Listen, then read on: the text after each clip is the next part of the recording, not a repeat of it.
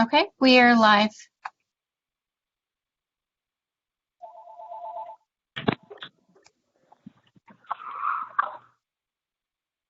Chairperson Ebbett, did you want to open the meeting? Okay, I will go ahead and open the meeting at 6:32. Okay, and Stephanie, can you please take roll call? Certainly.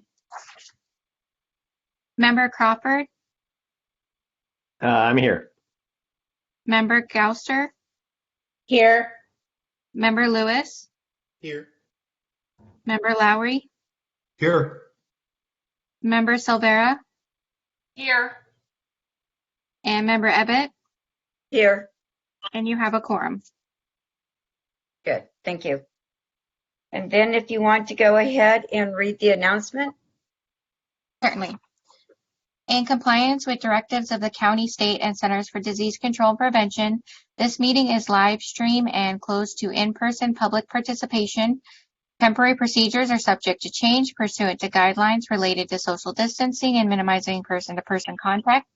To make a verbal comment at today's meeting, dial 916-875-2500 and follow the prompts to be placed in a queue for a specific agenda item or off-agenda matter. When the chair opens public comment for a specific agenda item or off-agenda matter, callers will be transferred from the queue into the meeting to make a verbal comment. Written comments are always accepted. Send your email comment to boardclerk@saccounty.net. Your comment will be routed to the board and filed for the record. Thank you, Stephanie. Welcome everyone to tonight's meeting and thank you for joining us. Again, my name is Diane Ebbett and I am the chairperson for the Orangevale Community Planning Advisory Council, also known as Orangevale CPAC. Please remember, we are all volunteers. We are appointed by the Sacramento County Board of Supervisors. The councils shall be advisory only to city agencies. The purpose of the CPAC is to encourage citizen participation in the planning process, provide local forums to develop and propose community goals and objects, to serve as a local sounding board for new proposals offered by county staff and to assist the county planning agencies and the Board of Supervisors in carrying out approved community plans and the county's general plan. May I go ahead and, Stephanie, have you called the first item? Yes, unless you want to go ahead and take that off agenda comment. Okay, yes, first. the off agenda comment. Yes. Okay, we'll go ahead and pull that or pull them in. Give me 1 second. Okay, thank you.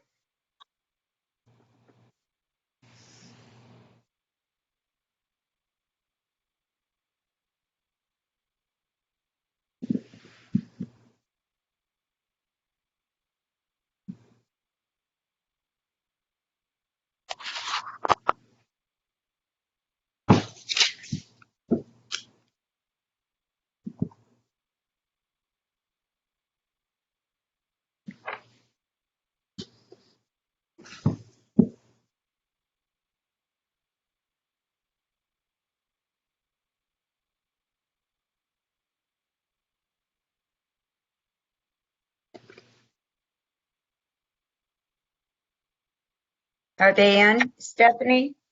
We just checked with the caller. They were actually in the wrong queue, so they are for item 1. So we can go ahead and begin with item 1. We don't have anybody at the moment for off agenda.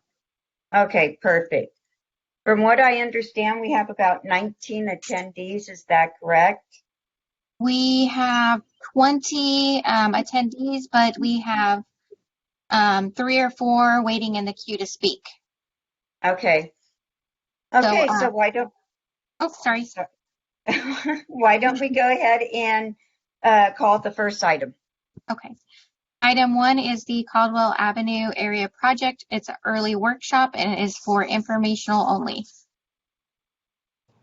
So good evening, CPAC members. This is Chris Bahuli, Principal Planner.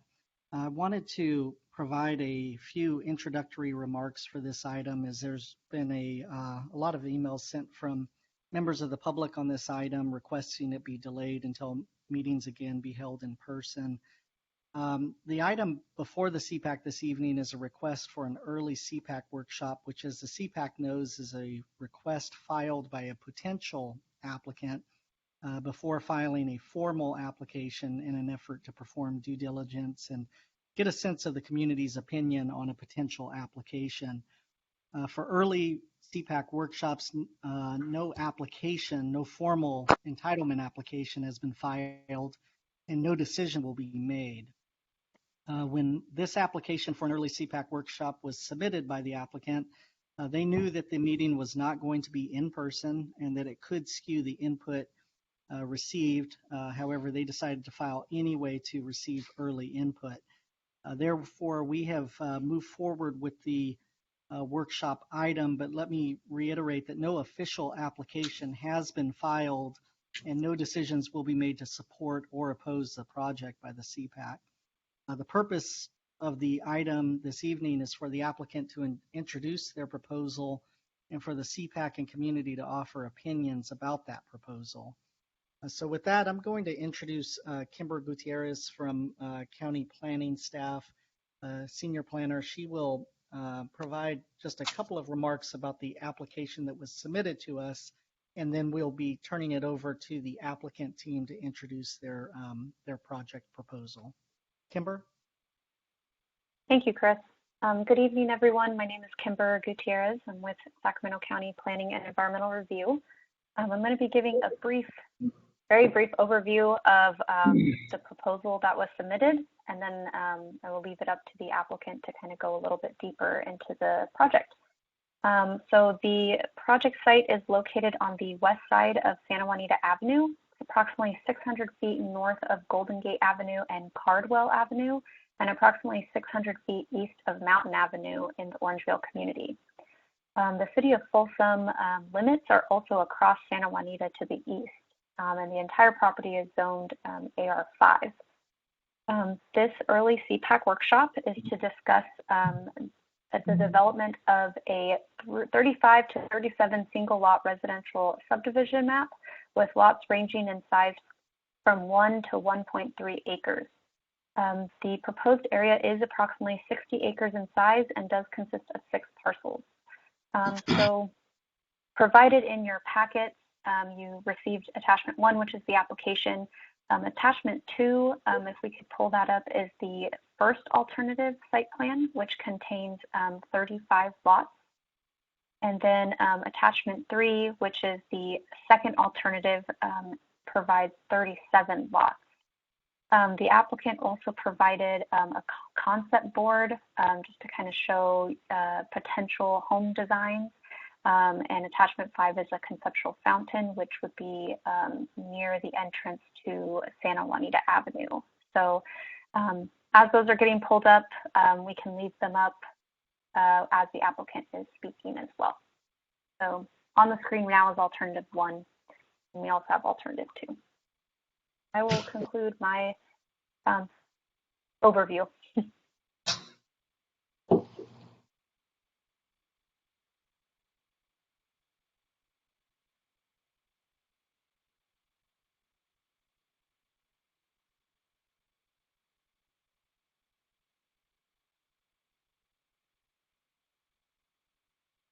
Okay, do we have the owner now? Do they want to say something?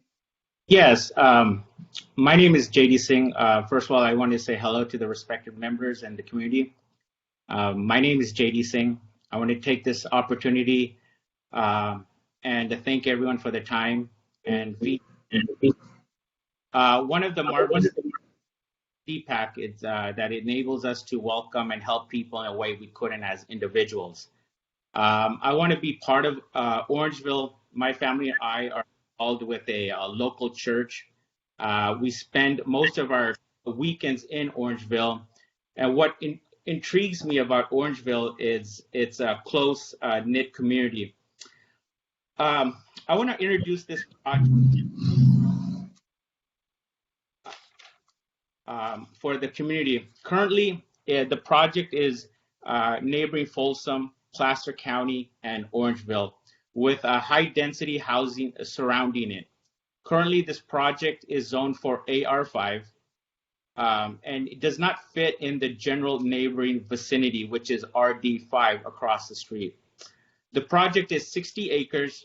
We plan for 35 to 37 secluded farmhouse-styled lots and housing, allowing for about 1 acre lots. We're mindful of Orangevale's rural suburban history. With 1 acre lots and with the feedback of Orangevale, we want to present mid-scale affordable housing that is part of Orangevale's history and niche. We plan to build a minimum of 2,500 square feet homes that accommodate houses and livestock and equestrian trails. We're also dedicating 10 acres to a conservatory for trails, open areas, waterways for generations to come and enjoy the open space and wilderness. We're all intertwined together, whether our kids go to the same school, same store, same church, or even the same water pipe. We all share all the same commonality that roots us together as a city or a community. We're all tied to the rule of one. We drink the same water and share the air. My point being is that it is integral to get community feedback. We have gotten positive feedback. Most residents have said that this development is more in tune to than prior proposals. Honestly speaking, we're getting calls already from residents of Orangevale to secure lots already. Honestly, Orangevale residents who want to stay in Orangevale, however, there's no true step up in developments where they can move into a house, something like this project. I want this project to be a blueprint for future generations to come, where we can preserve our history as a community and progress for the betterment of Orangevale. Our feeling is that this will be an example of true class development Orangevale community would be proud of. I foresee this to be a model for future proposals. I want to take a step back. I want to talk to you on a personal note. You know, I have a wonderful wife. I have two sons, aged 3 and 8. Honestly speaking, I want to live here in this development. My sons love horses, love to ride horses, and I don't think there's a better spot with the love of livestock and horses and a tight-knit community. I honestly want to be part of Orangevale and to be a part of this development. As a community, I look for answers, and I don't know everything, but if we could work together for the betterment of Orangevale, there will be no place like it, whether we ride our horses, have respect for the nature, for the 10 acres of nature, creek, and scenic walk that we have planned. I've learned to be different and think outside the box. We want to do something that is different and unique. We want to do a lottery system where Orangevale residents and homeowners will be given one lot to build their future home, or with the feedback of the community, the sale of one lot that helps a Orangevale charity or project. We would like feedback on the lottery system. Our goal is to work with the community. We want this to be a home for all of us, generations to come. We want to be receptive to the community. We want ideas on naming the project as well. We have noted some concerns and ideas, and I wanted to share a short story. One time I asked my grandfather, what is the most beautiful thing in the world? And he giggled and said, the rose. I said, how is that possible? Rose has thorns.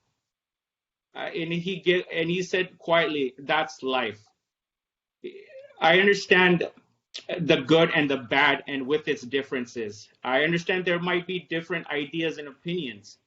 We're all building this rose for all of Orangevale. We want to work with Orangevale. We like the feedback, and we have heard a lot of good, positive feedback from neighbors. And we cannot live only for ourselves. Hundreds of streets and hundreds of pipes connect us all as Orangevale neighbors. And this is shortly, briefly, our introduction to the project. And I would like to turn it over to Chad, Jack, or Harry for the technical aspects or anything I have missed. Okay, Ms. Gutierrez, this is Jack Scroggs, Castle Consulting Engineers. We are the project engineers for this project. We've had the opportunity and the privilege of working with Dr. Singh and with Harry Joel on a number of other projects in Sacramento County. We are a local civil engineering firm and been in the area since 1982. This project includes a proposal to seek a general plan amendment, a specific plan amendment, and a rezone to either RD1 or RD1PD or AR1, whichever the county directs us to, and a tentative map approval.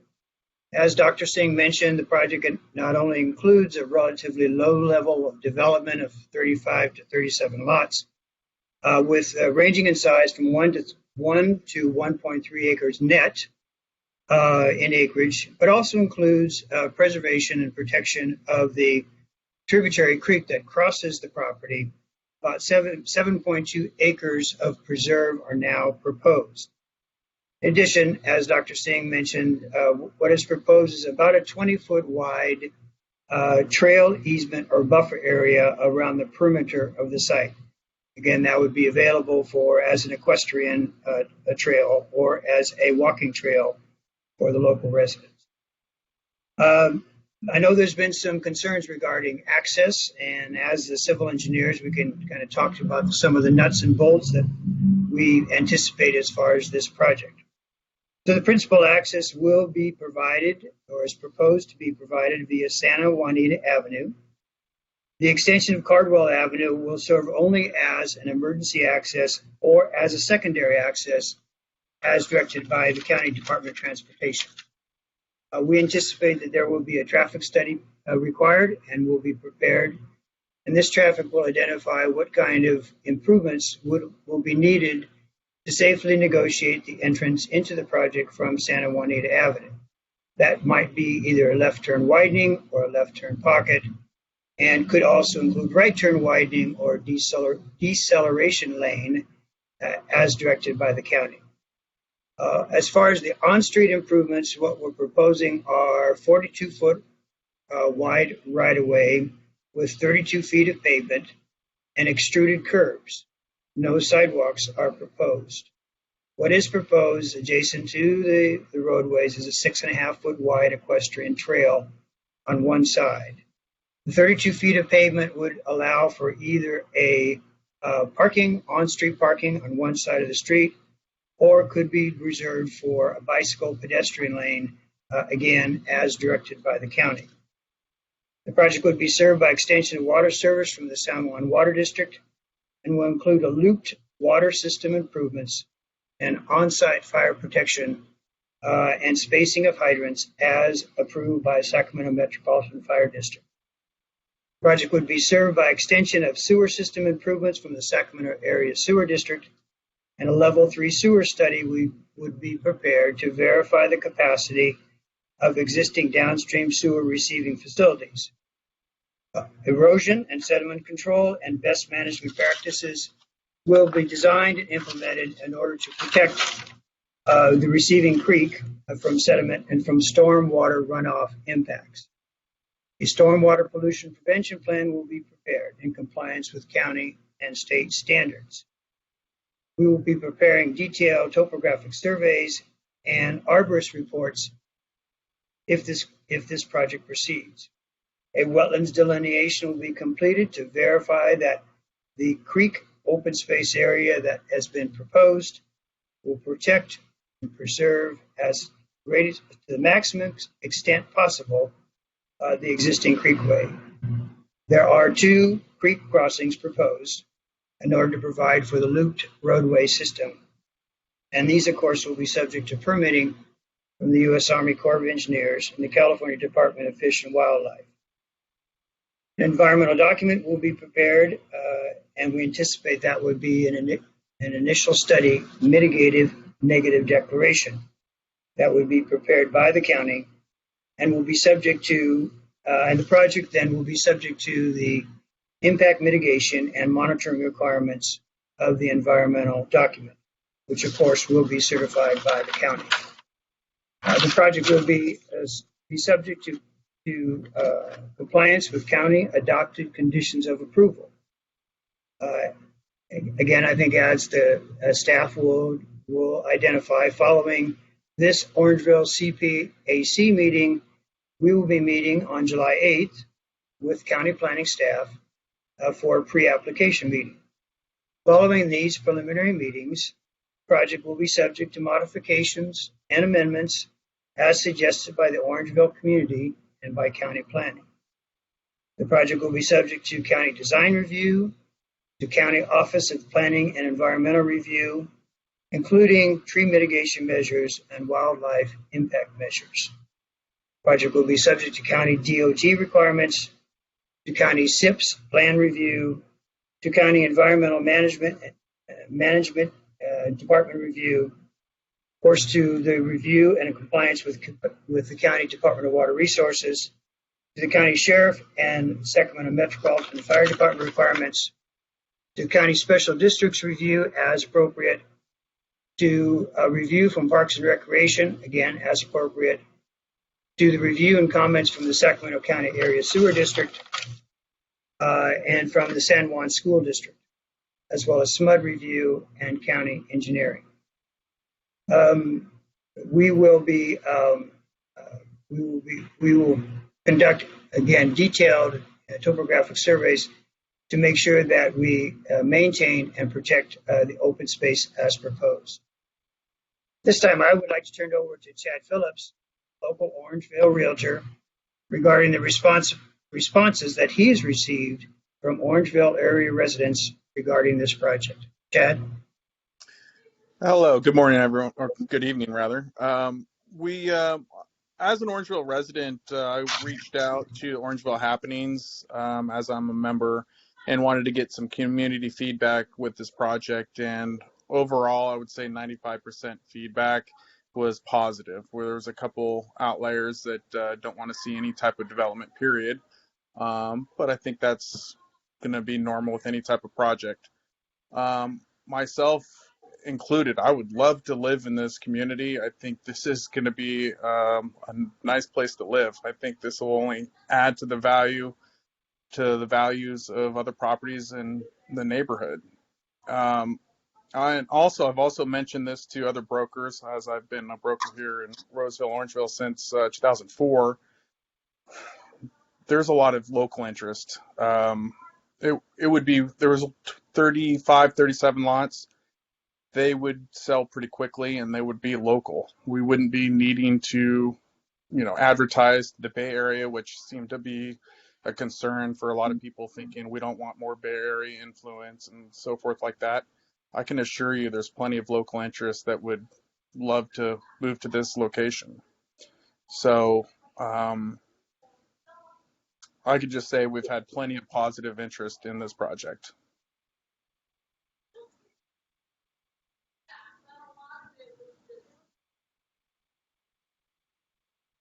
Thank you.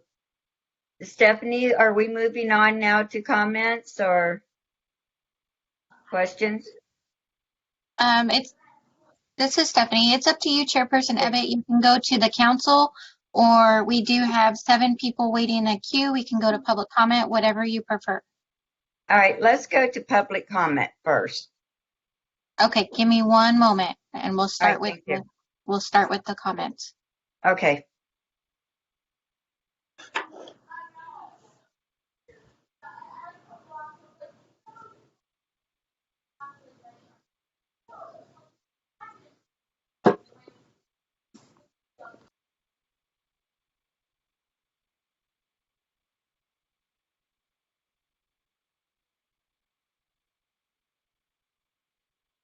Hi, caller. You're in the meeting. You have 2 minutes. Go ahead with your comments.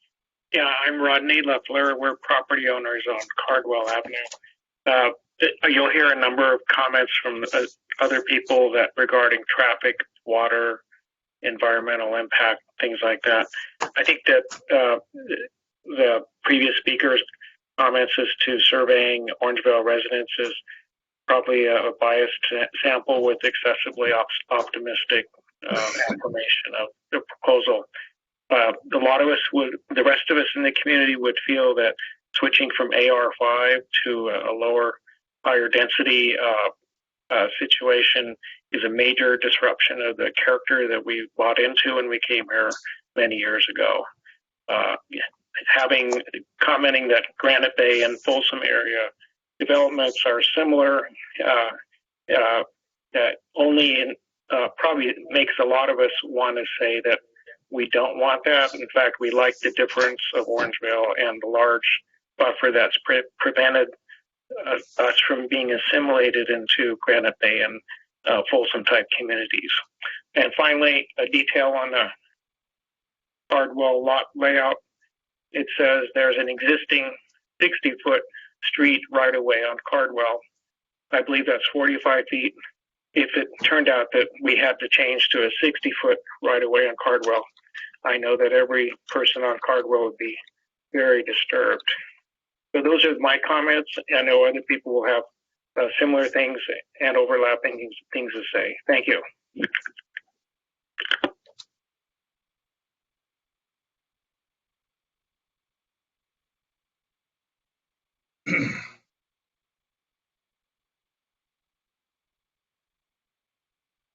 Okay, our next one, do we have?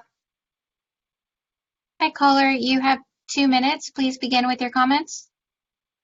Thank you. My name is Mary Dowling. I have lived on Cardwell for over 30 years. Mr. Singh, you stated you spend your weekends here, but I and my neighbors live here every day. I live about 1,000 feet from where they propose to extend the Cardwell Loop into the subdivision. The project is 60 acres. It's AR5. You plan on building 35 homes or 37 in an area zoned for a maximum of 12. We do not have sewers in this area. Septic tanks are not going to be able to handle that many homes. The ground does not perk well here unless you're planning on running sewers or septic from Folsom, but this is not Orangevale. The proposed area has much wildlife, creek and wetland. It also has major power lines going through it. Not all of this land is usable. Cardwell is a one-lane road without even a white line down the middle. The amount of traffic would be unbearable. The street is falling apart already. Santa Juanita is treated like a freeway during commute hours at this time. I am completely against this project with the proposed density. If you really love Orangevale area the way you state you do, don't break our zoning. The project does not offer any benefit to existing residents and will severely affect our quality of life. Thank you for your time.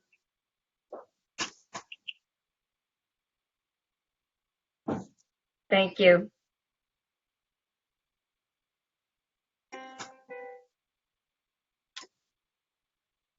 Hi, caller. You have 2 minutes. Please begin with your comments. Okay, this is Jennifer Derrich from Preserve Orangevale's Country Life. I'd like to state that I have many friends who live in Granite Bay and also in the city of Folsom, including relatives, and that is not what Orangevale is. The 5-acre zoning in Orangevale on this proposed project abuts Indian Rock Corral, which is a beautiful area, and it also creates a buffer from the increasingly dense projects that Placer County is pushing towards our border. And we appreciate how nice this looks as a project on paper, but it is not for Orangevale. And it will take away all that we stand for. I live on 2 acres. I've been here since 1987. I enjoy many different animals and raptors, and they need space. And they have been completely crowded out by Placer County's development that has gone crazy near the Sacramento-Placer County line. And that is why this project needs to go somewhere else. If the developer loves Orangevale, then make it AR5.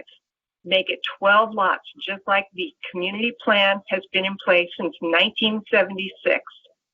We are not looking to provide profits for someone who says, wow, I'd really like to live here, so let's make the density 1 acre. There are lots that are adjacent to this property that are 5 acres and are zoned AR5. And if you grant this, if the county grants this person or these people the ability to put 1.3 or 1 acre lots into our 5 acre minimum AR zone, it will completely destroy our community. And I urge the CPAC and everyone else in our community to see what's happening. It's going to only profit a couple of people who do not even live here, and it is going to destroy the habitat of many animals that depend on those creeks and waterways in there. Thank you. Thank you. Okay, our next speaker.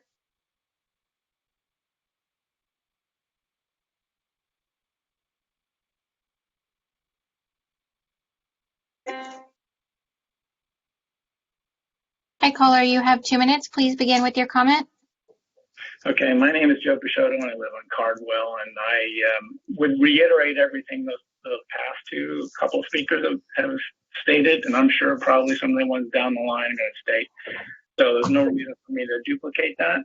Although I'm curious about many things on this project, and I'm just going to try to highlight it as fast as I can given the time I got. One of them is the fact that, first of all, we have undersized roads out here, and they want to connect to Cardwell, which will divert traffic instead of main thoroughfares or more main ones like Santa Monita and Oak Avenue to back street 1-lane roads, which is crazy. Not to mention the other infrastructure issues like the sewer system, the low water pressures, since we're on a gravity flow system out here. Those are going to have to either be updated or taken care of. This whole community kumbaya thing that you're trying to sell here doesn't seem to jive with the data that you sent out. It says it's a gated community. You talk about massive homes, and here you're saying 2,500 square foot homes. And I don't know how the infrastructure is going to be able to handle all that. Not to mention, if it's a gated community, we have no access to it. We can't go through there, and yet the traffic runs through there. You have these open space and streets and trails. Once again, we can't use for those reasons. Also, as of this point right now, you don't have an environmental impact report. You say you're going to do a neg deck. Not sure that's going to fit it. You have a bunch of, I looked at your contour lines as far as water impact, wetland impacts. There's a lot of water flowing through there during the wintertime in all these areas. And with the grading you'll have to do to put as many houses you have in there, those are going to be problems. Several of those lots are right in the floodplain as of right now, so you'll have to change that. That'll decrease that'll have an impact on the natural flow and drainage and increase sediment you put to the stream that are collected. So, and also you mentioned something about, I'd like to know the answer to the document indicates mature trees will be saved. What size and how was that determined? Thanks, and I appreciate the time. Thank you. Our next caller.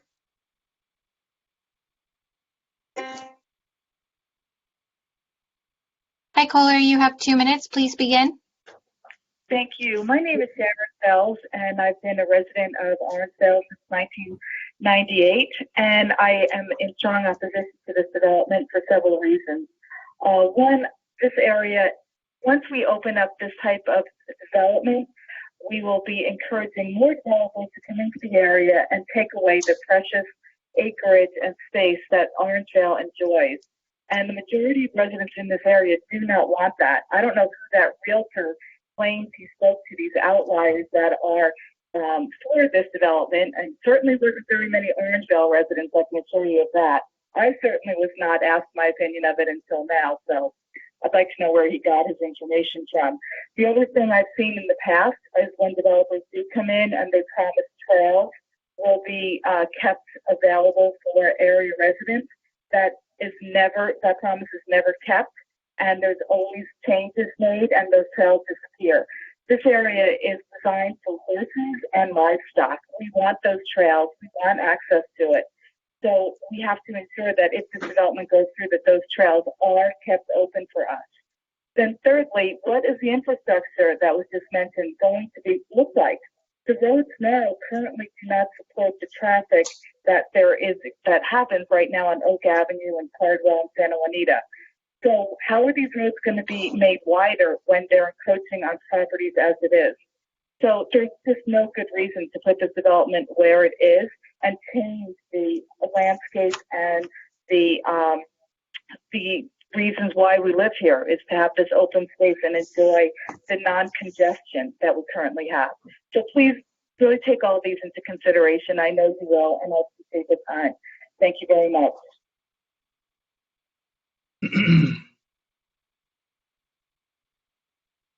Thank you. Do we have more callers, Stephanie? We do. We have about 2 or 3 more. Okay.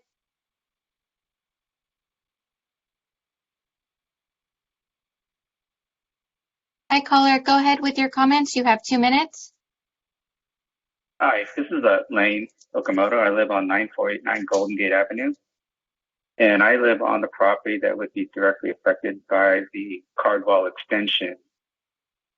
We own that property, and the extension would run directly along the length of our property back to the development. And, we are totally against this project because, one, it would take away about 1 acre of our property. We live on 4 acres. And it would basically bisect our property with the Big Sky Equestrian facility next to us. I've spoken to a couple of people on the horses, riding on the horses to the Big Sky Equestrian, and they are against it as well. They would say that would really diminish the appeal of riding the horses back in that area. It would affect us too because we would have a road between us and the horses as well. We have some dogs, and one of them has anxiety for high anxiety for the trigger is car noises and traffic, and it would be detrimental to our dogs as well. So we also have I also inquired with the Tech County Planning Department earlier, and there is I could receive a survey map from them, and there is a 50-foot drainage easement that runs the length of the property and actually intersects and runs right on top of the Cardwell extension. So there would have to be some drainage easement, drainage mitigation to be built to deal with drainage, and it runs to our property back to the wetland area, which is a natural preserve, which is designated on the county map as well. So we would not want any houses to be built in the nature preserve. And looking at the map. Thank you, but your time is up. Your time is up. Thank you. Okay. Next caller. Hi, caller. Please begin with your comments. You have 2 minutes. Dana Anderson on Golden Gate Avenue since 1961. This proposal should not be allowed. I believe this is the last remaining 5-acre area in Orangevale, and it's bordered on both the north and the south by 5-acre lots, and I believe they're all developed. On the west are 2-acre lots on the mountain. On the east across Santa Juanita is the city of Folsom with a housing development, which we opposed, but of course we're ignored because we are not in the city of Folsom.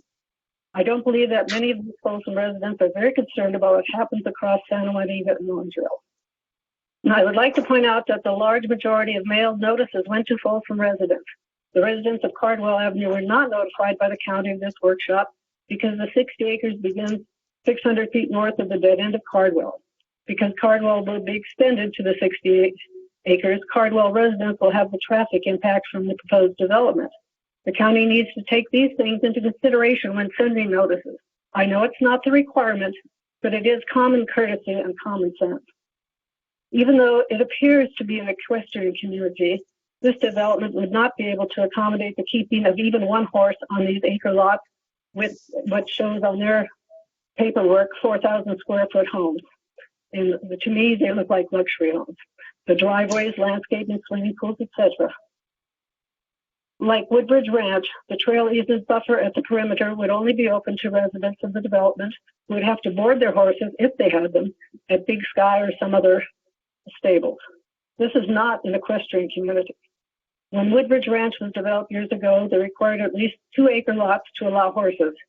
I'm able to keep 1 horse on my acre lot, but my 1,100 square foot house plus yard take up less than a quarter of the acre. The 60 acres are home to many wild animals, natural creeks, and plant life that will be adversely affected by this project. Keeping the lot requirement at 5 acres would allow for less disturbance of nature. Remember, we just had Earth Day and they wanted to make this Earth here, and there is a need to protect our environment.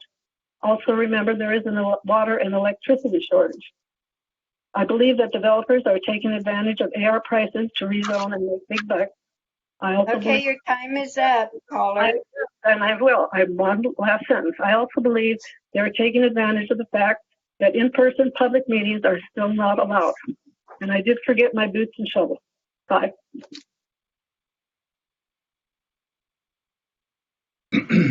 Thank you. Okay, our next caller. Hi, caller. Please begin with your comments. You have 2 minutes. My name's Janice, and I live in Woodbridge Ranch, on the 2 acre side of Woodbridge Ranch, where we do have horses. We actually live on almost 4 acres because we put 2 lots together, because even on 2 acres, it's tight to have a house and a barn and horses. But I'm calling because, and as been mentioned before, the access, the roads, they are not meant for that kind of traffic. They are not meant for that. That piece of property is not all developable. It has the creek that goes through, and it swells with the weather, and the little ponds and everything that have so much wildlife for us to enjoy, and that's their habitat. Where I live, I back up to 25 acres, and that 25 acres has so much wildlife trying to live there because they keep getting pushed out further and further. I have coyotes that are going through my yard because they're thirsty. They want some water. There is none there. There is some other places, but they can't access it. This is just too many houses on too little property. I agree with the caller before. A 4,000 square foot house on an acre is like a normal tract size house on a half acre. So this is not going to work for horses. This is not a horse community.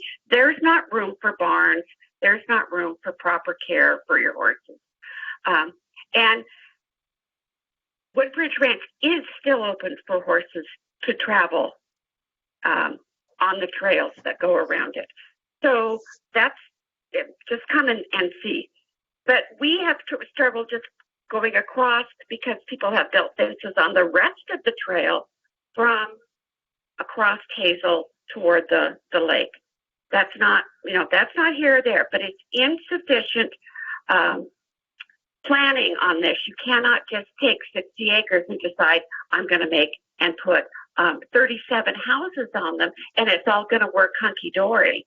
And I agree, the soil does not percolate. Drainage is a problem. Sewers are a problem. Are you going to tear up all the roads to run sewage in there? Okay, your time is up, caller. Thank you. All right. Thank you. Thank you. Our next caller. That was the last caller. Can we go ahead and close the queue? Yes, we can. Okay. Thank you. Thank you. Okay, from the council, anybody have any questions?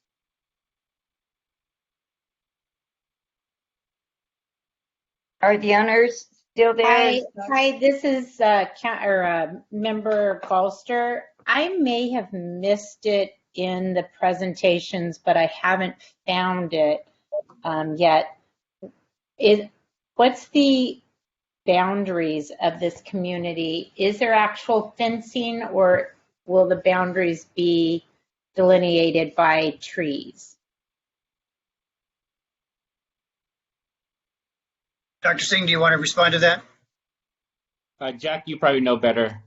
Okay, so obviously this is subject to comment from the county, but I think at this point what the applicant is proposing is an ornamental iron type boundary fence that would be open.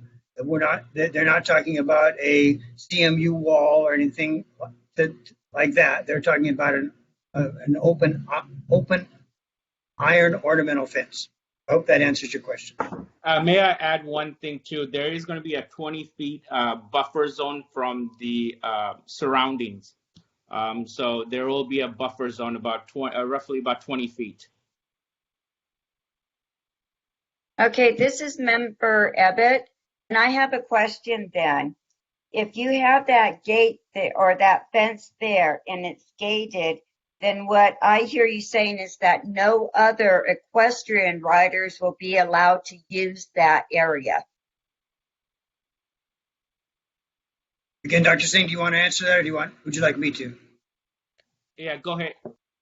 So, as I understand, what the applicant is proposing, again, and he can correct me if I'm wrong, is that in addition to the perimeter equestrian trail, what is proposed along adjacent to the on-site roadways as well as Cardwell Avenue is a 6.5 foot wide equestrian trail. So is my understanding that the applicant's vision here is that there would be opportunities for equestrian use or equestrian users from outside the community to be able to access not only the perimeter, but also along the interior roadways and along the creekside open space area. Is that consistent with your understanding of your vision, Dr. Singh? Also, another thing is that it's not going to be gated. It will be open to everyone. The other thing is that we will keep the boundaries open. I don't think we would have it fenced. But another thing is, from all the neighbors surrounding, we would keep it open, the boundaries open. And Okay. there would be a buffer zone from the houses to neighboring surroundings, about 20 feet as well. Okay, thank you. Anyone else? Yeah, this is Bob Crawford. I have now some more questions about the fencing that goes on or non-fencing. Several of the people that have submitted emails and have contacted me directly are concerned about the openness of the property that runs along the end of this development as it runs along Mountain Avenue.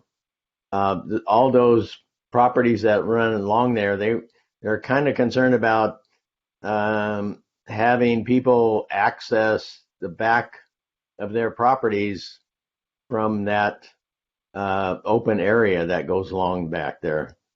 And what I heard you say first time was there's going to be a fencing in there. Now there's no fencing. So how do I respond to some of those people that have properties back in there that butt right up against this what looks like an open trail that now is open to anybody walking through there? A lot of the people out here have already been vandalized or hit with robberies based on accessing from this property into their property. So how do I answer that? Well, let me just try. And again, this is not a topic that we've obviously had a lot of coordination on. But it's my understanding that there would be again, as Dr. Singh suggests, there would be a buffer, but that at the back of that buffer would be some open fencing, and I'm talking about iron ornamental fencing, okay? Or ornamental iron, I never quite get that right. So there would be fencing around the perimeter, but again, it would be for those equestrian users that want to access the interior of the property, that they could do that, via, in this case, Cardwell Avenue, or as the site plan shows, a way coming off of Santa Anita Avenue. And from that, those access points, those equestrian users could then access the interior streets along the equestrian paths that are proposed adjacent to the streets, and could access then the equestrian paths that are proposed along the creek. Now, there's not been detailed design for this yet, whether that would be on one side of the creek or both sides of the creek. That I can't tell you right now. I think, again, that would have to depend on detailed surveys and input from the county. But that's my understanding. My question is not that. Okay. My question is, if you look at layout alternate number 1, yes, you have properties running, looks like 20, 25 or 26 to 27, 30, 31, or 20. I don't know what those numbers are. 29, 28, 27, 26. All those numbers running around, and even as it goes down into 31. Is there a trail between those properties that you have identified with numbers and the existing properties on the other side of that border? That's the proposal. Again, subject to review and comment. That's the proposal, that there would be a perimeter trail. I understand your concern and the concerns of your constituents that back up to that. That means that we need to have fencing on both sides of the trail. Maybe that's the solution. Again, I think we're open to suggestions as far as how to provide for the security of those existing residents, but also provide for equestrian access.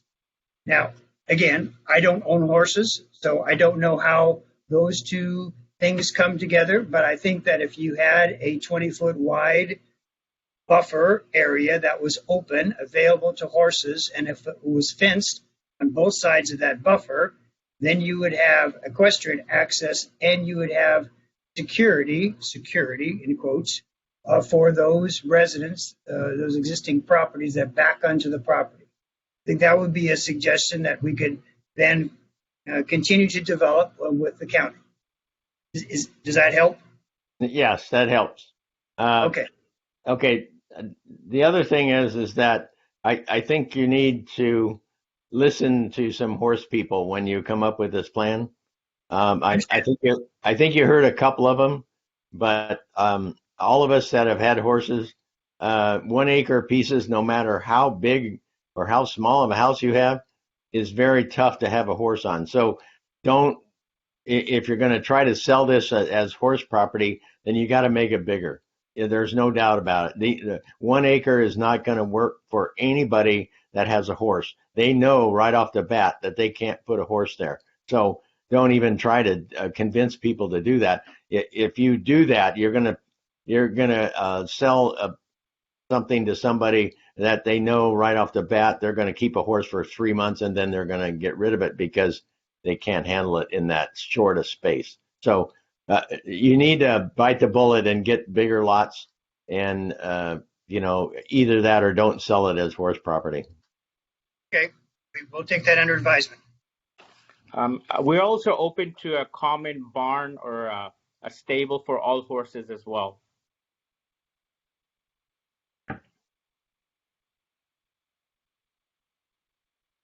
I don't know how that works. I mean, you're going to have a manager that manages that stable and that barn, and you're going to have a big HOA fee to go on top of that, just to handle 4 or 5 horses, or how many you ever have. So I just think you need to rethink this as far as is it really equestrian or not?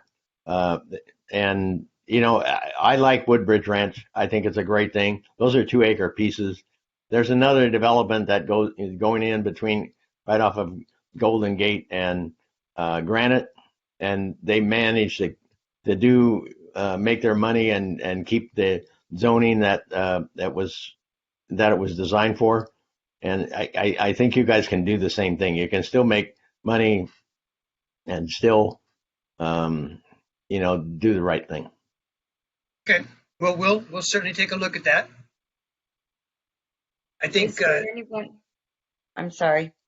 I'm just thinking that I think Dr. Singh's potential suggestion that there'd be a one area there would be a barn that would be available to residents. I think that's a concept.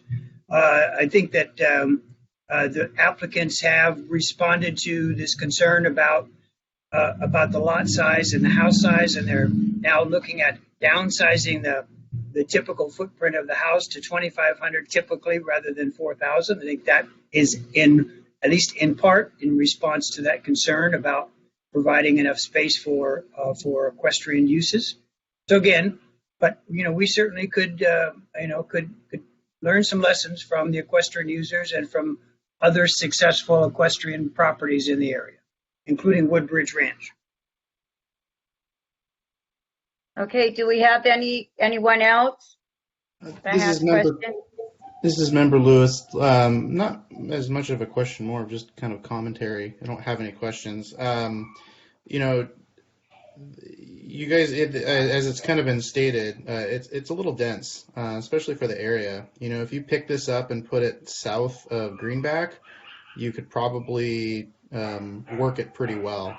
And I know you guys were talking about RD1, RD2, or sorry, RD1 or AR1, depending on what the county guidelines goes. But this feels like an RD1 development. 1-acre lots. 2,500 square foot houses are still pretty large at current market rates. Those are 750 to 800K a piece. And with that in mind, the equestrian trail on the outside just it feels like a tack on. So just to appease. If you're wanting to kind of create something a little bit more in the feel of the AR2, AR5 that's around it, I think AR2 at minimum, so 2-acre lots. AR5, I don't know if you'd be able to. I'm sure that's a financial hit that probably doesn't make a lot of sense to develop at that point for 12 houses. But AR2 at minimum, if you want to go the equestrian route, in my opinion. And then based on the conceptuals, I think the houses are very nice. They're my personal aesthetic. My commentary would be ditch the fountain and try to limit the greenscape. We're moving into an extremely dry period, and we've already been in for 20 years. So that much greenscape, that much, an ornamental fountain, just doesn't really strike me as environmentally friendly. Moving into 2021 and beyond. Okay, thank you for your comments. This is Bob Crawford again. I have one more comment that I can't express enough. I will fight this project no matter what you do, even if you keep it at AR5. If you open up Cardwell, if you put traffic on that street, I will go. I don't know what I'll do, but Caldwell got screwed when Big Sky Arena came in there with no input from anybody in the community. And going down that street, it's a very narrow street. And I would like you all to go and look at that street and just walk it and see what happens when these people come in to Big Sky. And I don't have a problem with Big Sky. They can do whatever they want. That should have come off of Santa Juanita. All that traffic should have been on Santa Juanita, but it didn't. It come on to Caldwell. Caldwell's getting chewed up. The roadbed is falling apart on the edges. And sometimes you have to, as you're walking that street, my wife and I walk that street quite often, and You have to move over when the horse trailers come down. They're big, and you have to move out of the way. And you're going to add, another, and from the county standpoint, it doesn't look like a whole lot, or from a developer standpoint, oh yeah, you only got 100 and 200, 300, 400 cars, whatever. But that street is already so narrow and so overtaxed right now. You need to not have that even in the drawing, is to have that as available to do. And if it's necessary for fire, then you put it in there and you block it off, and only fire people can do that. And keep it like that. Like Woodbridge Ranch, they have that like that. They have a street in there that's all blocked off, and nobody can get in there but the fire people. So I can't say that enough. So I'll get off my box now. Thanks. But if I just may kind of reiterate what I indicated at the very beginning, and that was that the access would be from Santa Juanita Avenue, and that we would propose to the county that Cardwell would be at, an emergency access only. But certainly you understand that for any development, for fire risk and for emergencies, we have to have 2 points of access. But I believe that the county would accept Cardwell as emergency access or fire access only. And what we're showing on these lot layouts is the existing right-of-way. I understand that people feel like these existing 6 lots have on the map, at least on a paper map, there is a Cardwell right-of-way that's dedicated, and that's the dedication that we are limiting this to. Now, again, I agree with you that I think that this layout and understand the concerns of the residents would lend itself to an emergency access or secondary access only for Cardwell, and that the whole focus as far as ingress and egress would be from Santa Juanita Avenue. Well, I hope if this moves forward, I hope you keep that same attitude all the way to maintaining that. Sometimes we've worked in the past, and between the developers and transportation or whoever, things get changed, and stuff happens, and we all of a sudden we don't like the result, even though the developer and us and the community all agreed to at that moment in time that was a good idea. But now all of a sudden it's not a good idea. So if this goes forward, I would love to have you keep that attitude that is only going to be emergency access only. And I will certainly forward your thoughts to the Department of Transportation. I believe that would be the only one that would suggest otherwise. Thank you. Okay. Do we have anyone else? Silvera? Lowry? This is Lorraine Silvera. Yeah. I guess I just have to agree with the density. I just don't think that it fits in our community plan. With all of the comments that we've received through email, because we're not seeing people or we're not having these meetings in person, it's hard for people to attend. And so I just really think you guys need to rethink this. And then on a second note, I want to say to maybe Stephanie, the county, I bring this up all the time. I feel like every meeting I bring this up, but the mailing to the neighbors, I just really think that for Orangevale, we need to think out of the box of that 500-foot mailing, whatever. It just doesn't reach everybody that's impacted by this project. That's all.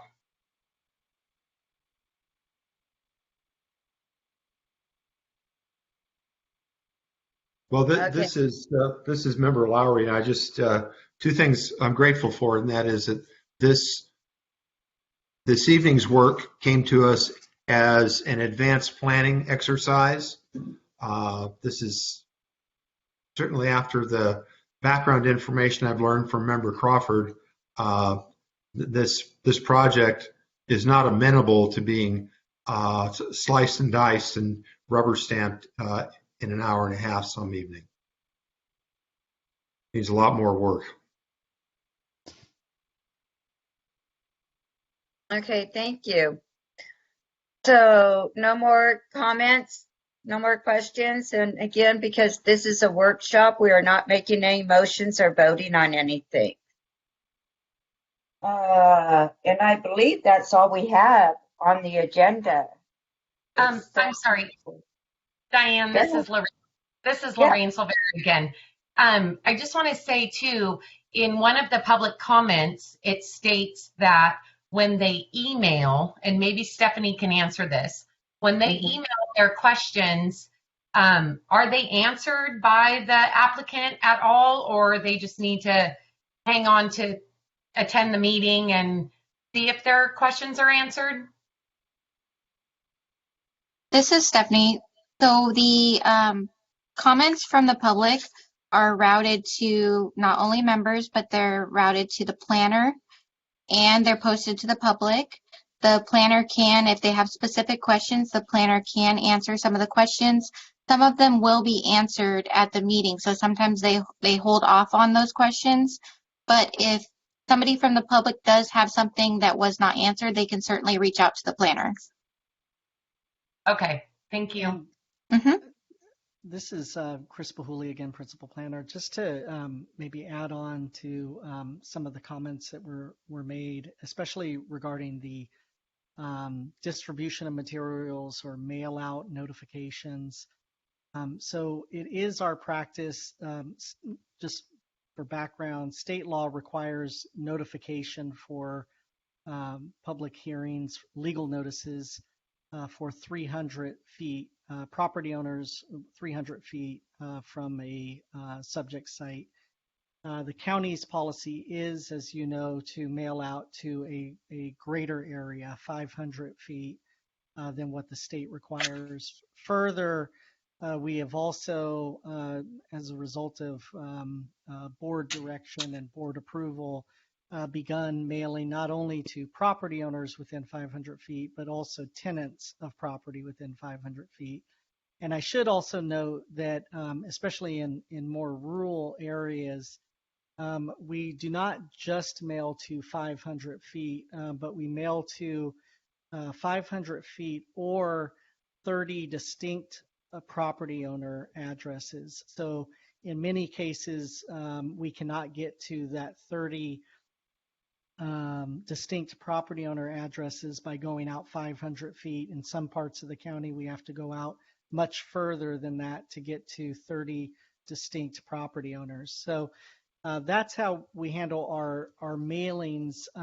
Anytime that a member of the public wants to be added to a mailing list, so for example, if there are folks this evening that were not notified but would like to be put on a mailing list, in the event that an application is filed for this project, they certainly could contact either the clerk of the board's office or the senior planner, Kimber Gutierrez, and she can add you to a list so that you would be informed of any meetings or hearings regarding the item. So just wanted to provide that information. Thank you, Chris. This is Member Silvera. It was just a few of the emails, and I just wanted to make sure that some of the questions got answered. Okay.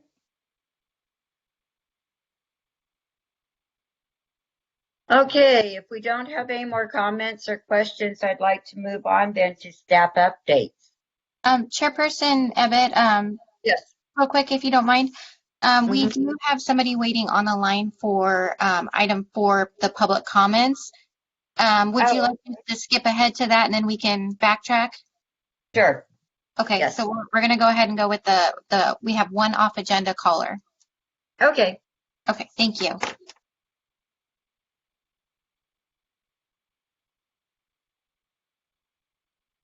Hi, caller. Go ahead with your comment. You have 2 minutes.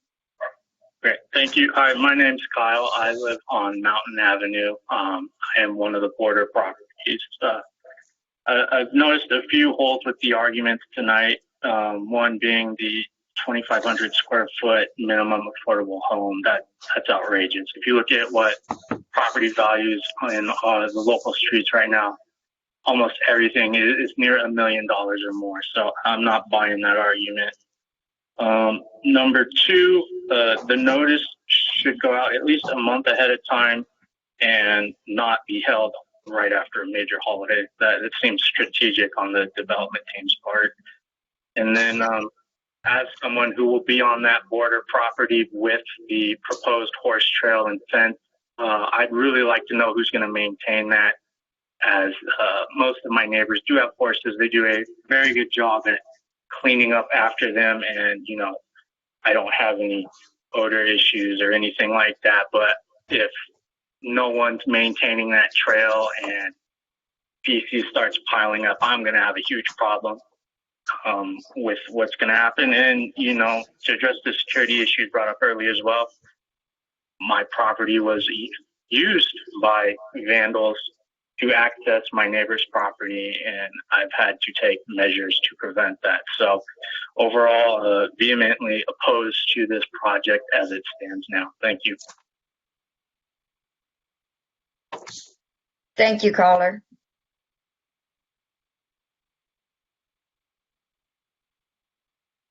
Okay, let's go ahead now and move on to staff updates. Again, this is Chris Bahuli, Principal Planner. I do not have any updates for the CPAC this evening, but happy to answer any questions that CPAC members might have. This is Lorraine Silvera. Chris, I do have a question. What time frame do the mailings go out to the neighboring project? That's actually a great question. I think Stephanie handles the mailings, so she'd have a better idea of when they actually go out, but I believe it's 10 days, I believe, but she can correct me if I'm wrong. Yeah, this is Stephanie. It's no later than 10 days before the meeting. Is there any way we can change that to 15 or 20 days? Or I feel like everybody who has contacted me has stated, I didn't get a letter. Some people say they get the letter the day of the meeting. Is there any way we can change that? Or We get the notice out as soon as possible with our when we have our deadlines, we get them out as soon as humanly possible. Okay. But okay. no later than 10 days before the meeting. Okay, great. Thank you. This is Member Lewis. Chris, are the mailers ever audited? Meaning after the project goes out for notification that some sort of audit's done on the back end? Because it feels like every meeting there's an issue with mailers, like consistently. So I'm just wondering if there's a mechanism for that. There is, and in fact we do. We go back through, especially an item like this evening's where we had multiple people indicating that they didn't receive the mailing. We get when we were reviewing the email traffic, we were going back and checking against the mailing list to make sure that those property owners did in fact get a mailing.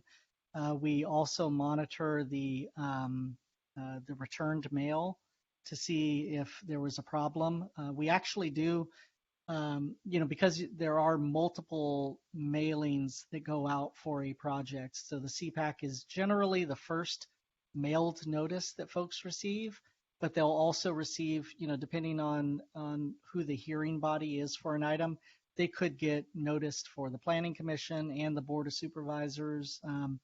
So there are multiple mailings, and we do our best to pull new mailing lists for each hearing in the event that a property owner has changed hands, or if there's updated information in our county records. So we do our best to monitor and also track, as I said, in more of a real-time format, what's going on with the mailings and making sure that people are noticed.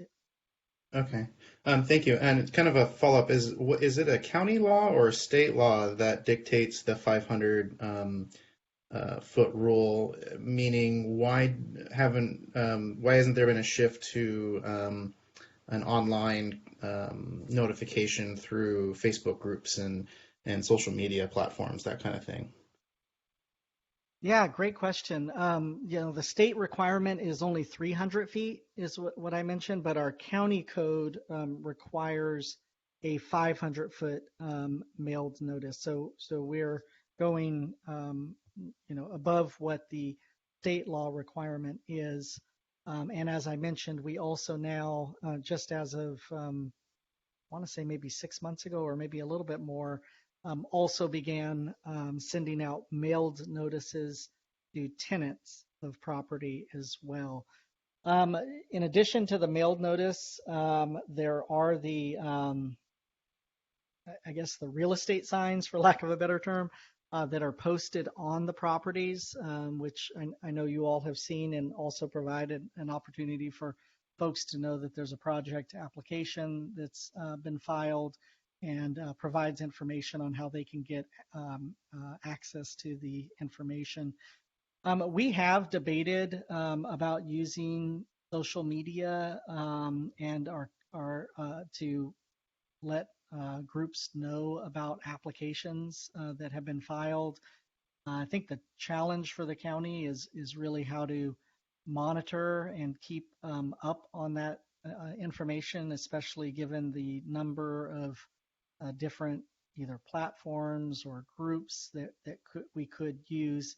So I will say that in our environmental justice element that was recently adopted by the board, there are some policies and some recommendations related to a countywide communications strategy, and perhaps some additional use of social media to get input on projects. So that is something that we're looking at. However, it just sort of at this point comes down to a people power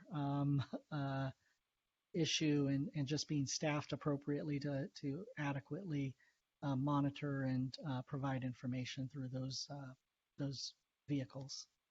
Sure. Just as a recommendation, I think it should come out from the county supervisor's Facebook page as a starting point, with comments turned off, just for general notification, because those can then be shared out by constituents to various channels, so that the content can't be changed, and would take about 5 minutes to post.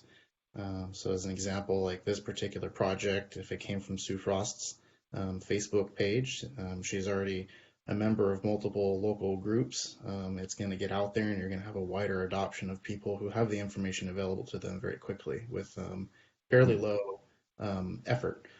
Something worth looking at. I think that would help a lot, just because this is a consistent thing. And hey, Stephanie, your screen's up. Yeah, somebody's screen's up. Thank you. We're working it. This is Member Silvera. So I did see from Chad Phillips, who is, I guess, a real estate agent. He did post something on Orangevale happenings, and for earlier today, there was 219 comments, and I don't believe out of everything that I read, 95% of them were for the project. So I did see it on Facebook as well, and then that lets other people. Hi, this is Chad. I did try to reach out for community response, and that was the whole purpose. We're not trying to just backdoor this, as sort of mentioned, like as we're doing this in Zoom and the timing and so forth. That kind of took me by surprise, but I think we have great community support. There's a lot of feedback. I have people calling me asking when we're going to take deposits. So there is interest in the project. A lot more interest than opposition. Yeah. Okay. I want to get back to with Chris about the mailing. Stephanie, can you put up Cardwell Lot Alternate 1. Is Chris still there? Yes, I'm still here. Okay, Stephanie, can you put up Yeah, alternate? give us one moment. Okay. I already had dinner, so I'm good. Anyway, okay. See, if you look at the numbered lots on the left-hand side of this project, that it goes all the way down to Caldwell, that's the only notifications that went out to those people. I have reached out. Well, they have actually reached out to me of all those people that border up to those numbered lots have received notifications. Nobody else received notifications. So if you're looking at expanding Caldwell, everybody below that Caldwell notification, I mean, everybody below that should have been notified. Not just now this time.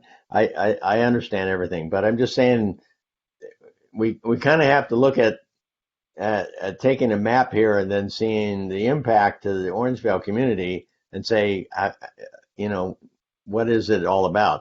Because these people that are down below us, we run into them in the community all the time, or they call me up, or they call, Lorraine or all the other members, and we need to just to kind of look at this kind of map and say, what's the impact of this, and then let's get the mailing out to that.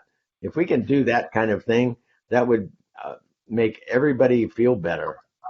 Yeah, I don't disagree at all, and I think that that's great feedback, especially especially with an item like this evening's, where it was an early workshop. I think we heard from a number of people that maybe are not within that 500-foot area, but are certainly interested. And I think, both there as well as yours and the rest of the CPAC members' input about, hey, let's expand this mailing area so that all the folks that are interested in this project are notified. I think that's something that we absolutely can do. Yeah, and I think 500 foot is just our guideline, but we certainly expand that when we need to. And obviously we add people that have indicated interest and want to be on mailing lists. But if we wanted to go a little bit further, if an application is filed here and we start having hearings, I think that would certainly be reasonable for us to do in this case. Okay. Thank you very much, Chris. Chris, I'm sorry, this is Member Silvera again. How quickly do those, so to speak, yard signs go up? Because I've mentioned before in plenty of meetings that if somebody is very interested in what's going on in their community, they should be looking online, because it's very easy what projects are being proposed online. Do those signs go up as soon as somebody files, or? They don't. Online would be the best to get the most current and accurate information. I'll have to defer actually to Kimber on this. I believe what happened is that once an application has been deemed complete, that we request that the sign be put up. But Kimber, am I wrong? Is it when it's filed, or was it when we determine? No, it is when an application is deemed complete, and the reasoning behind that is sometimes the entitlements change when we're first reviewing the initial application. So we do want to make sure that, the specific entitlements that are being requested are accurate, and that the project description is somewhat close to not completely being finalized, but in a place where we can deem the application complete to move forward. So that is when we request the sign postings. And it isn't until we determine that an application is complete that it starts moving through the different meetings and advisory meetings, including the CPAC. So an item wouldn't come to the CPAC prior to it having the sign on it. Okay. But an application could be filed and it could be in process for, a few months, depending on how things are going, if we don't have all the materials we need to make a complete application determination before you would actually see a sign on it. Okay. Thank you. Okay. Moving on. Let's go ahead with staff updates again. So nothing further to add on my part. Thank you. All right, thank you. Council member comments. I do have one myself, and that is the August meeting. I will not be available. So if we have one, Member Crawford, would you be willing to step in for me?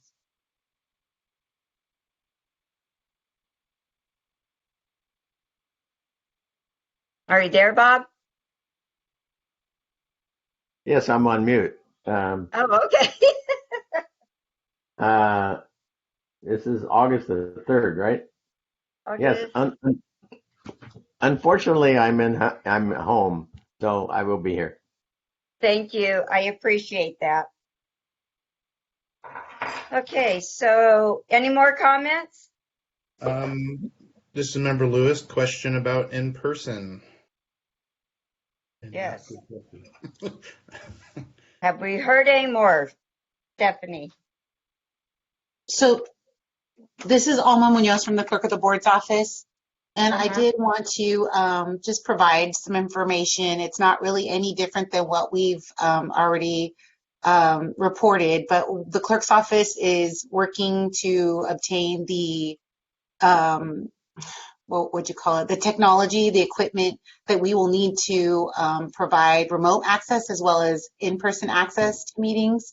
And so I don't have a timeline of when that will happen, but we are feverishly working on trying to work out those details, not only for the Orangevale CPAC, but for all the CPACs in Sacramento County. Is there a reason why they want to continue with the Zoom if we go back to in-person, yes, just as we were before? There's legislation in the state Assembly or Senate, I'm not sure which one, I can't remember right now, Assembly, so it's AB, it's an Assembly bill in the Senate being considered that requires councils and boards to provide remote, now that this has all been, now that the public has seen that this ability exists for remote meetings, it is being considered to be provided remote access to the public from now on. Okay. So that's what we're looking at. We're looking at that as well. So that is something new, something different from what we did before. And we were not prepared to continue to provide remote access for meetings for all over the county of Sacramento. So we're working on those details. So, Alma, can't we just take the other approach and just say we're going to have open meetings, and then once AB whatever XX gets passed, then we'll figure out what to do next? I don't make those decisions. I just try and manage the meetings as best as I can, and that's not the route we're taking. So we want to provide access to everyone, no matter how they want to access the meeting. And some people want to be in person, and some people still want to do remote access. So that's the route that we are taking. I agree, but we could start with being open, and then, so I should address this with Sue Frost? I mean, you can if you'd like. Is that who's the decision maker in this process? Well, the board Kevin Kiley? The board as a whole has given the clerk's office some time to be able to work with the county executive's office to work out those details. So they've given us, I think, at least till this month, May and August as well. But if there's any way we can do it before then, of course, we will, try, but I mean, we just don't have the ability right now. So this is Member Lewis. That really doesn't compute in my brain, and maybe that's because I'm in IT. But the announcement that things were going to be opening up in mid-June happened in early, May. So we're already 60 days in, and we're talking another 60 days. When the whole purpose of doing these remote meetings is because of restrictions, and those restrictions have been lifted. So I'm confused as to why, with those restrictions removed, in-person hasn't started. With a future bill coming down the pipeline, fine, but you're talking about a $150 camera and a jetpack to live stream on Facebook. You could do it in 2 days. So it sounds like people really need to talk to county supervisors, because 120 days is, we're already 60 days behind the 8 ball. And if we're talking another 30 or 60, that's 120 days. That's a glacier speed, and that doesn't really compute in my tech brain at all. I'm sorry. I'm sorry. Go ahead. All right, I was just going to say, if it's an assembly bill, wouldn't we then talk to Kylie about it? I don't know who that is. Kevin Kiley. Kevin Kylie? Yeah, I don't know who that person is. Okay. Well, he's an assemblyman for the Orangevale area. And so I guess we would definitely let him know how we feel. You can do that. You're welcome to do that. It's just, I understand the frustration, and it's not exactly the position we want to be in as well, but we're trying our best to accommodate and provide the best service, and we're trying our best to provide the best service to the community as well. We don't plan for things to take as long as they take, but sometimes they do, and I'm sorry. So this is Member. I just want to say, this is Member Lowry. This is Member Lowry. As a retired civil servant of 30 years standing, I probably don't need to say this to everyone, but we would do well to remember that staff time is not an unlimited resource. So some of these things that we want to get done faster rather than later, we run up against the realities of how many person years a department is willing to put on staff to work on particular projects. And I'm convinced that all of our staff, our county staff, are doing their level best to satisfy our requests and requirements. Thank you very much, Member Lowry. And this is Member Lewis, and I absolutely appreciate that. And I don't mean to, I understand that time, and I'm not trying to go against that in my commentary. It's just that when I hear we're waiting for a technology package, and I understand this is civil and it's, government, but in my world, if I had a customer who needed to live stream something, I could go down to Best Buy and have it set up the next day, not 60 days. So I understand staff time. I understand those other things, but if we're waiting for a technology package, you can buy a $300 camera, a $50 tripod, and a $50 a month 5G streaming package, and stream a meeting once a month for a single CPAC. It's low cost and easy to set up. So that's, when I hear technology package, that's more of where my commentary is coming from. I don't mean to make ill or say anybody's not doing their job. That's just where my commentary is coming from. Well, if my experience in the state of California is any guide, probably one of the steepest effort curves that our support staff here faces is the whole procurement process. So, when you mention walking into a store and buying 5 SKUs and you're in business, it don't work that way. Certainly not with the state, and I suspect there's some process that slows things down for very good reasons. We have to track our government expenditures, but tracking can also slow down your extend your due loops. Well, put it that way. No, I understand. I deal with the state in my business as well, and we deal with that considerably. That's just where I just wanted to make that commentary because we're behind the eight ball here. This is so I'll leave it at that. Okay, I want to change the subject a little bit. One comment I want to make to Diane is Yes. I think we need to move the public comment after the council has its questions and answers, because a lot of the times the comments from the council reflect the public comment. So we've all heard it, many times, or at least some of us have heard it many times. And so when we are answering or questioning the developer or questioning county on things, it may cause public comments to go away because they've heard the answers. This is especially true, I think, when we have live meetings. But I think it was a mistake tonight to have public comments come first versus us, simply because I think we could have addressed some of the issues. We kind of got off in a tangent on a couple of things with the developer, and I think we could have got some more feedback from them with not having the public comments come first. So that's my that's just my opinion. You're the chair. I'm just saying that's kind of how we used to always run it. So but I'm open to that too. So my opinion.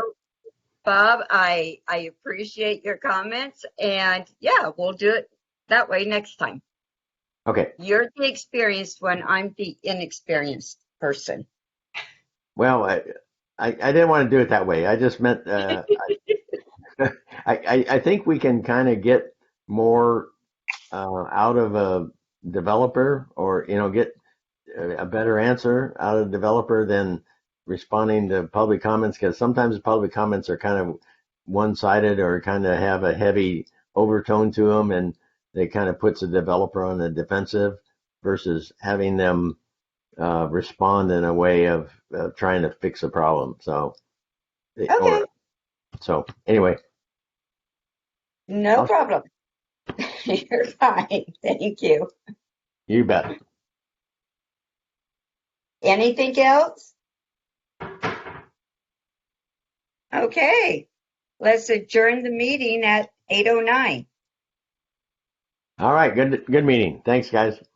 Thank you. Bye, everyone. Thank you. You did a great job, Diane. Thank you, Stephanie. Thank you.